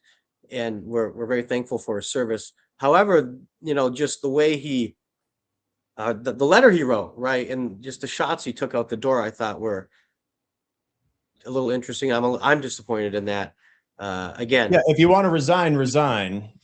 Right, resign, and you can, and obviously say differences in policy or a disagreement with the administration's this or that, but your role at no point is to dictate policy, direct the president's positions on these matters. You are to gather intelligence and present the commander in chief with the best available information so that he or she can make those sorts of decisions. And to undermine your commander in chief on the way out, it just doesn't sit right with me.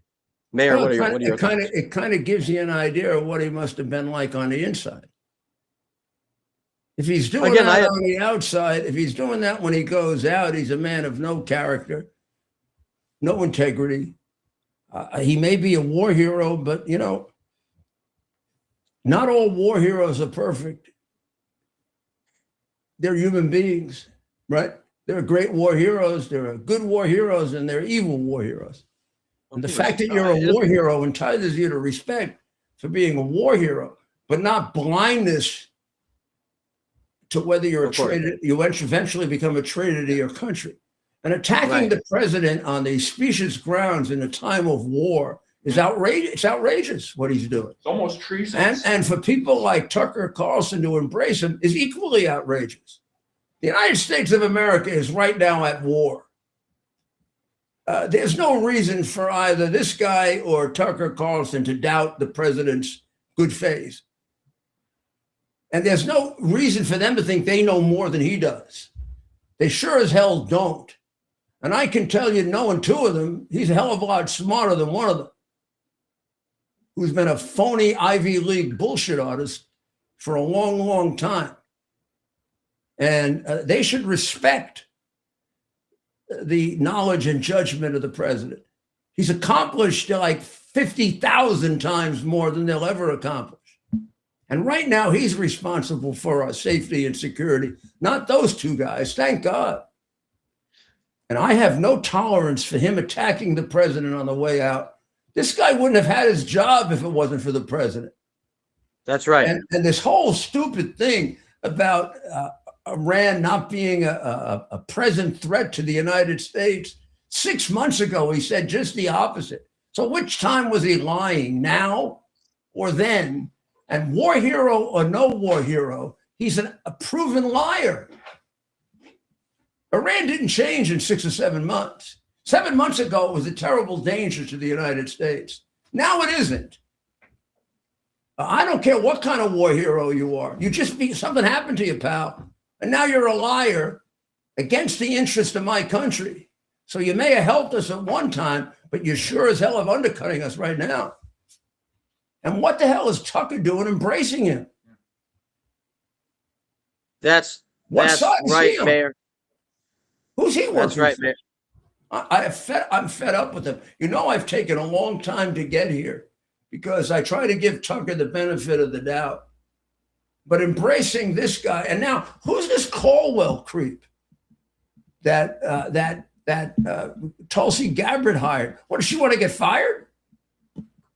So we are actually hearing from numerous sources ourselves that Tulsi Gabbard does actually intend to resign. Well, I sure hope so. Say that if I heard it from sourcing that we have they hired this guy yet, Caldwell? So my understanding is that the decision was made to bring him back. But they fired him. This was before the news of Joe Kent, so I can imagine that this is receiving some additional scrutiny at this time. Well, he's already been thrown out of the administration. He's already been either on Tucker or one of those guys, completely undercutting the president's policy on Iran and saying that we're getting pushed around by Israel. He's been on there to such an extent that I remember listening to him back then when I had just a little knowledge of who he was. Saying, boy, this guy's a big Jew hater.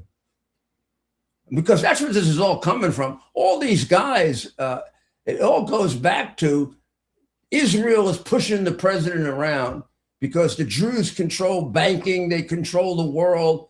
Gee, who used to say that? A guy named Adolf Hitler. Turn it up. What? Sorry. Oh, sorry, Mayor.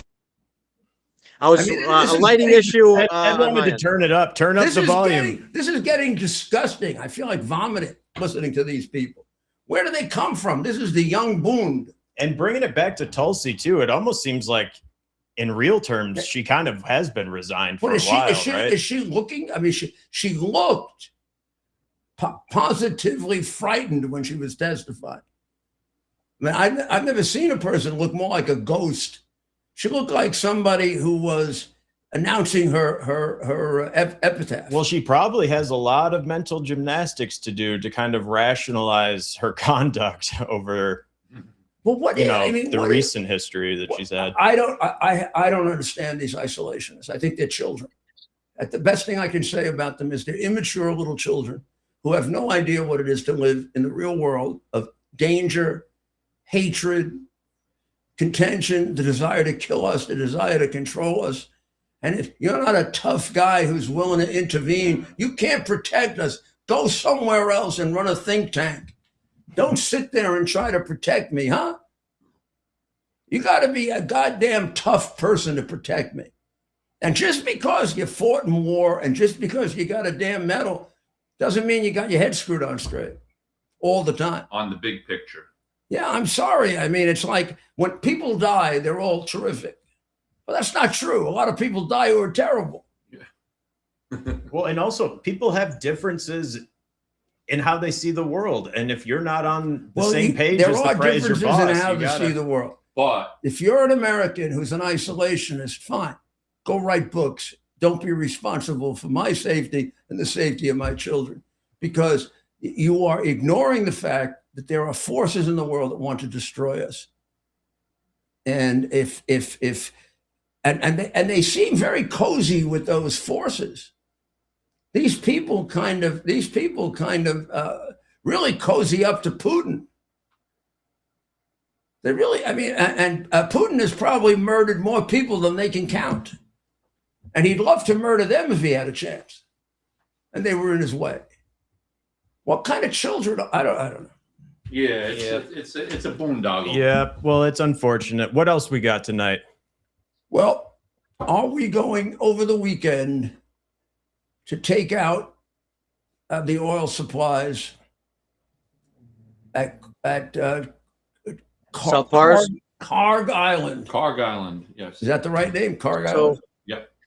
The White House today reminding us that the president reserves the right to completely obliterate everything on Karg Island at any time. Well, that's a pretty good indication. It usually happens on weekends, Ted. That's right. Well, today's the stage. So you better get ready to go to a press conference. Yeah, I'll have to cancel my. You got a little feeling. You have a little feeling in your bones that may be coming. Well, I don't. You know, we've been, of course, up in New Hampshire, and of course, the mayor kind of keeps his conversations with the boss, between him and the boss. But from just observing, right? This is purely speculative. It's purely speculative. I don't know anything that you don't know that suggests that this is going to happen, except prior conduct.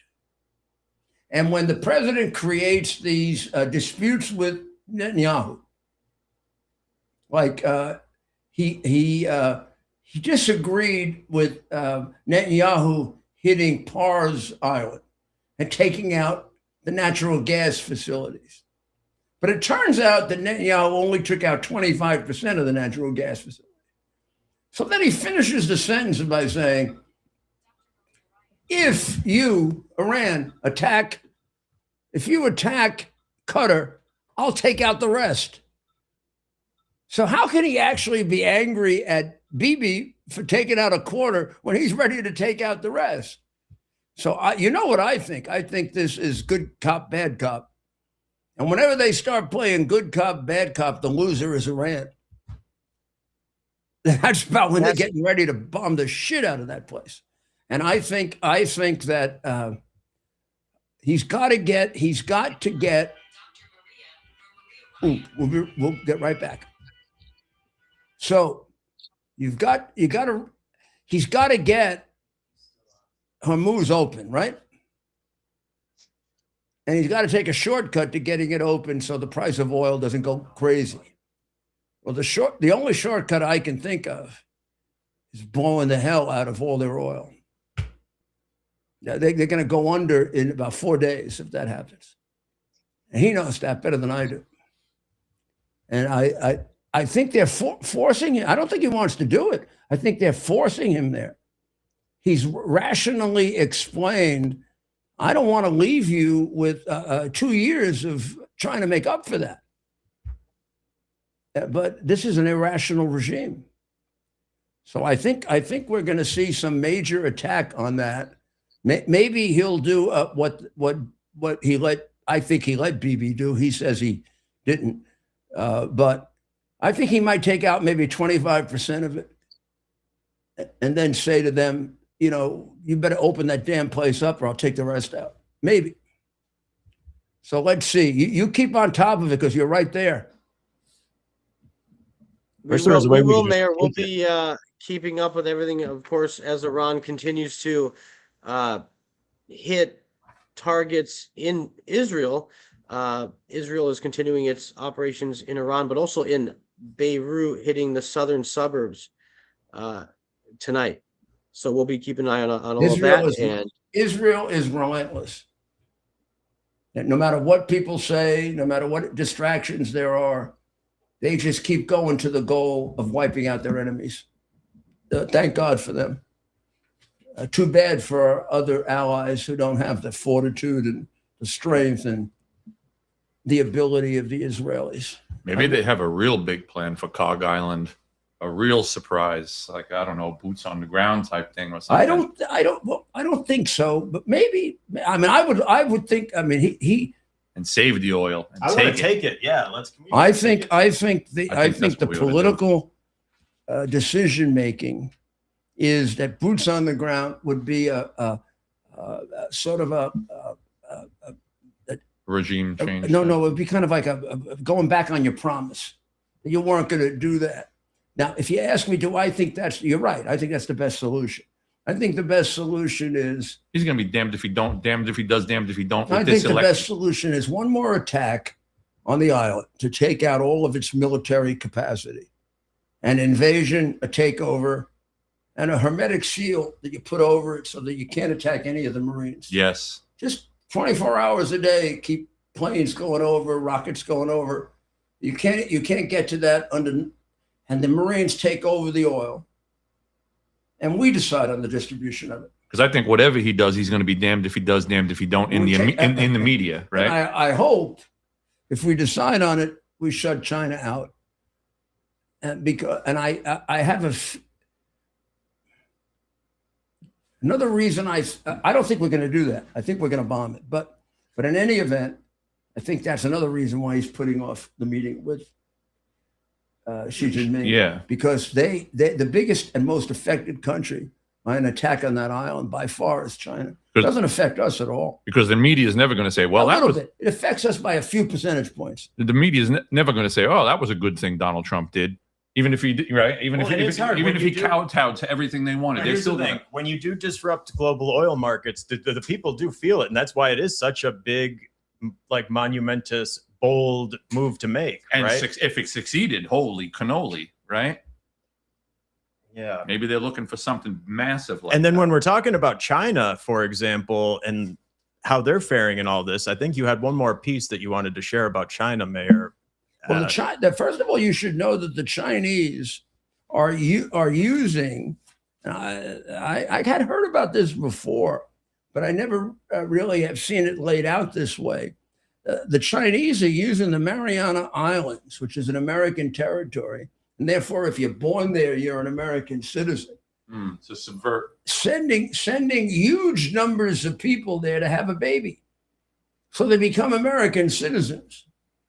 Now, I don't think this is because they love America. I think this is orchestrated by the government to develop more and more spies. A spy program. Because the one thing that's real about China, and there's a lot that's not. There's a lot that's not real about their economy. And there's a lot that is not real and exaggerated about their military.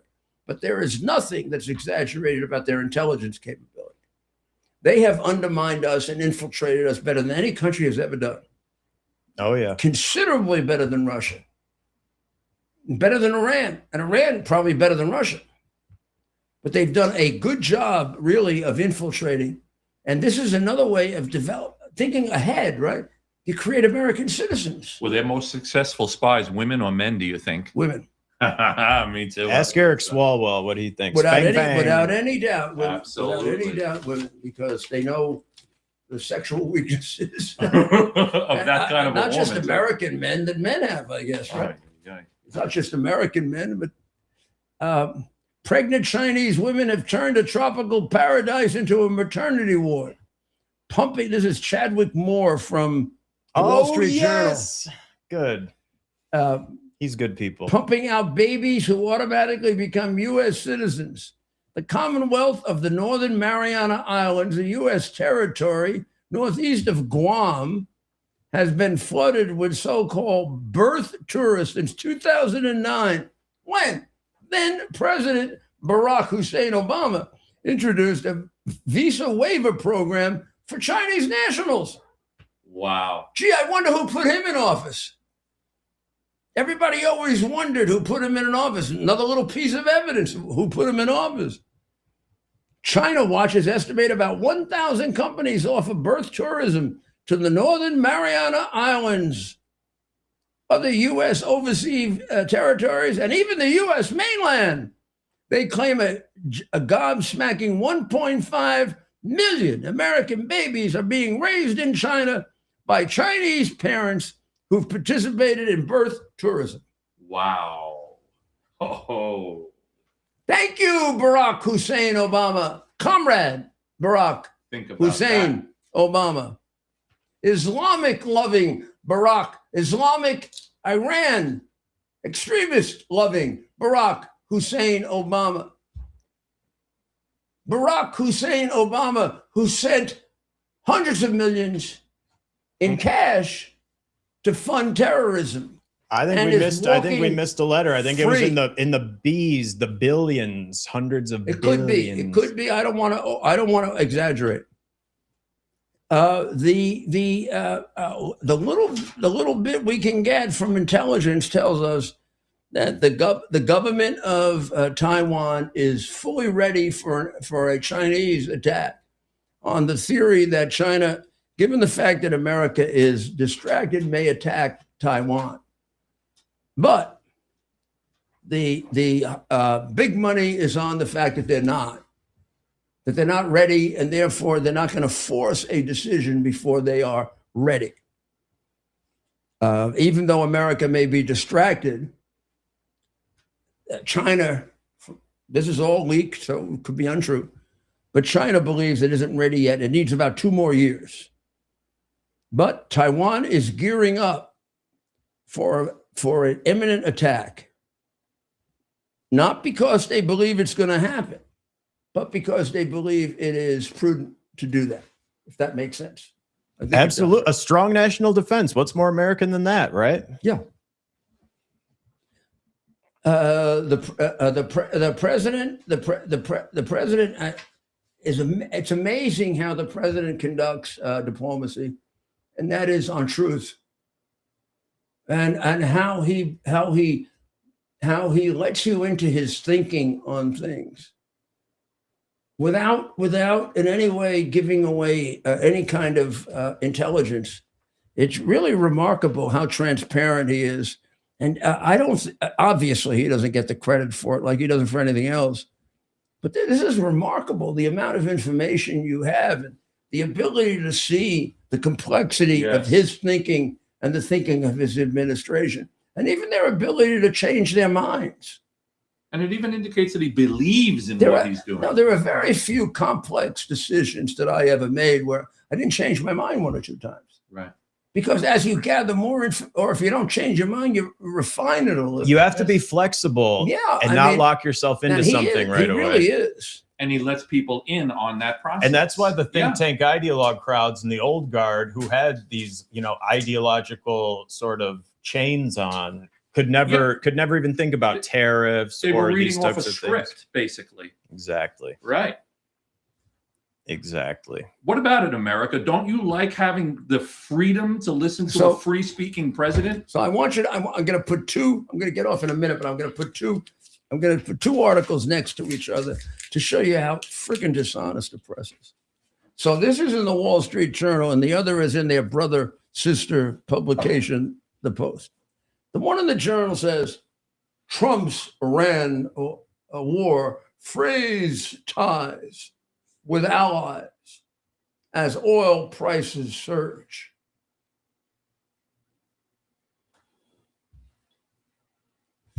An ally is somebody that will fight for you. Okay, let's see who are allies. UK, they refused. France, they refused. Germany, they refused. Italy, they refused. So what do I give a shit if I fray ties with them? If they're not there when the chips are down, what good are they? Now, is that really true, though? Is that really true? I don't know. Maybe they should talk to their people at the Wall Street, at the Post, who say Euro leaders got straight with Iran. They're sucking up to Trump. It's so bad that they look like perverts. The leaders of France, Germany, Italy, Japan, she came over. The Netherlands and the United Kingdom issued a joint statement. Some of them don't even like each other. Thursday, condemning Iran's attacks on commercial vehicles and energy infrastructure across the Gulf, warning the escalating conflict threatens global energy. We call on Iran to cease immediately its threats. The announcement comes after President Trump pushed for allied nations to take a more active role. Believe me, within 2 days, when the president calls up again and says, "You're going to give me ships to help me," they're going to say, "Yes, sir. Yes, sir. Yes, sir." You know why? Because they cannot defend themselves. None of them. Zero. And some of them are on their way to becoming Muslim countries who we may not want to be allies with. I mean, at this point, it becomes a question of what kind of allies are you? Right now, I just got one, Israel. When the prime minister of Japan came all the way over here. That was another one. I like that. She did more than Italy. Georgia, get over here. Come on, get over here. Don't embarrass me as an Italian American. Get over here and tell the president you got anything you want because of what you've done for us, which is essentially what the prime minister of Japan did, because a lot of that was probably done behind her back. And I'd like to be able to say that about Giorgia Meloni too. Starmer did it himself. The silly little boy in France, he's not going to be involved in any war. I surrender. I surrender. I told Trump before he went into office, if you wanted to win a war right away, just declare one against France, and they'll surrender. They will just drink wine the whole time, eat a baguette, and surrender. Before we continue, actually, when we were talking about Trump and Truth Social, he actually put out a post regarding Iran at 5:13 today. Oh, good. Read I can throw it then up. We'll conclude because we got to let.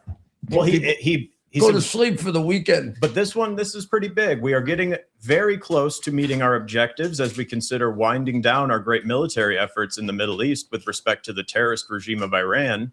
And then he lists points, completely degrading the missile capacity, launchers, and everything pertaining to them, destroying Iran's defense industrial base, eliminating their navy and air force, including anti-aircraft weaponry, never allowing Iran to get even close to nuclear capability, and always being in a position where the USA can quickly and powerfully react to such a situation, should it take place. And then he concludes with talking about the allies, and he says, protecting at the highest level our Middle Eastern allies, including Israel, Saudi Arabia, Qatar, the UAE, Bahrain, Kuwait, and others. And then he talks about the Hormuz Strait. What did he say about He Hormuz? says the Hormuz Strait will have to be guarded and policed as necessary by other nations who use it. The United States does not! Exclamation point.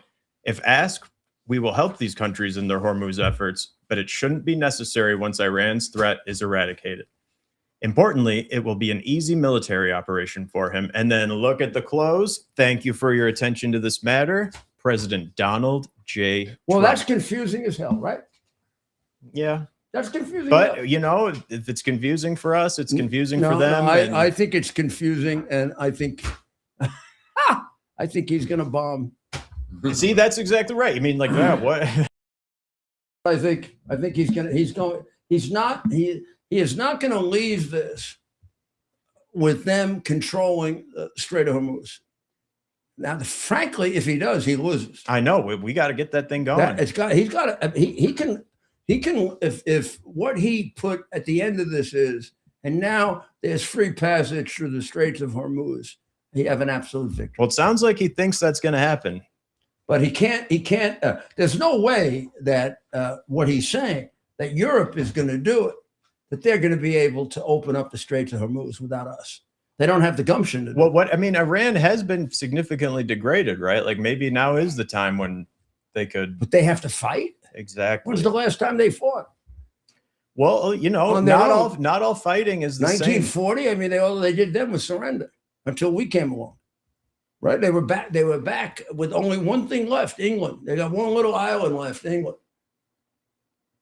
They're fighting. The last time they fought was before 1940. Well, they got their asses whipped by the Germans. Let's give some of the countries credit for their participation in our other conflicts. Yeah, they did. Because there are some people who died, and I've gone to services. That is true. UK, Canada, and Australia used to be terrific allies. And in a number of wars, they lost men, and really a number of the others have been phony allies. And they participate with restrictions, which we never should have allowed in NATO, which is they don't have to fight, which is a scandal that nobody wants to talk about. I mean, you shouldn't just, if you participate and you don't fight, sorry, you don't get protected. The French army just sends us a bunch of sommiers to pour the wine. What the president is doing, my goodness, is very hard, but it's very, very necessary. There's no use in having phony allies that you have to carry. The world is too dangerous. It's too difficult. If I'm going to go into a fight with people who want to destroy me and my family, then I need people on my right hand and my left hand. I need people who are going to fight with me. Well, I know the Israelis are. I'm sure the Japanese will. Now, the rest of them have to prove it. And you know, I bet a lot of our brothers in Eastern Europe would also join arms. But I mean, it's just hard to. I leave out all of Eastern Europe. They would come to our aid in a minute. Oh yeah, in a minute. And they pray. They pray there still. They don't have the resources that we need for this kind of fight, but they sure have troops. So if we had to get into something really bad, I would count on Poland 1,000,000%. Well, and talk about a fighting spirit too. A lot of them. I would count on the Czech Republic. I would count on the Baltic states. I don't know. I mean, Norway, Sweden, and they're so peacenik-y, but they're changing. And tough, you know, they're changing. It requires grit to live in those Putin places. Sort of changed them. But when I talk about Europe, I'm talking about Western Europe. Yeah. Please. And I'm glad you said that, because there's nobody who has more respect for the Polish people than I do. I'll go into any war with them anytime. Exactly. Along with the Jews in Israel. They're my number one. So Polish Jews are probably real high on your list. But the Israelis have proven themselves. They're phenomenal. So it's supposed a way of inviting other countries, Trump's way of inviting other countries to assist us in this process. And I'm telling you, Japan, a little blip there, but she'll get them under control. She's their Margaret Thatcher. Oh yeah, she impressed me. She is great. She impressed the heck out of me. He loads that little joke on her. Wow, I mean, you know. Oh, and her poise. Oh my gosh. Yeah. She is trained by a man we have to learn more about. He's a great man. Abe was a great man. I knew Abe. Yes. He's a great, great man. Miss him. And Abe is like, will be eventually the founder of the New Japan. Is there any wonder why he was assassinated, right? He was assassinated because of the Chinese. Chinese are scared shitless of the Japanese. The Oh, Japanese have dominated them every time they've ever gone to war. Well, thank you for listening in this week. We've had record audiences this week, I think. I mean, unbelievable. Yeah. 500, 600, enormous numbers of people. A couple of times we got over 1 million a few weeks ago. We want to get back there too. But this is wonderful, the number of people that are listening. We get to educate you on the things that Here's what makes me feel good as we end the week. I think we have given to you, as a free people, what you need to know that's kept from you. Yes. Shouldn't be necessary. Now, am I the only one that does it? No. But we're all in this, what do you call this? What do you call us? Like a new ecosystem of Yeah, media. this new eco. We don't have the big, but sometimes we get bigger audiences. I mean, the night that I got 1.4 million, I was doing better than Fox. Well, and you can be and more when I did nimble. 5 million, I was doing better than all of them. And you can be more nimble, and we have our own Yeah, relationships. I have nobody like Rupert Murdoch calling up saying, Yeah. be nice to the Shah because maybe we can make a deal with him. Don't talk bad about the pharmaceutical industry. Yeah, the farmers suck up to the kick the hell out of Robert Kennedy Jr. because we make a lot of money from the pharmaceutical We need to industry. mandate. They advertise all the time. RFK Jr. can't advertise, so kick the shit out of him.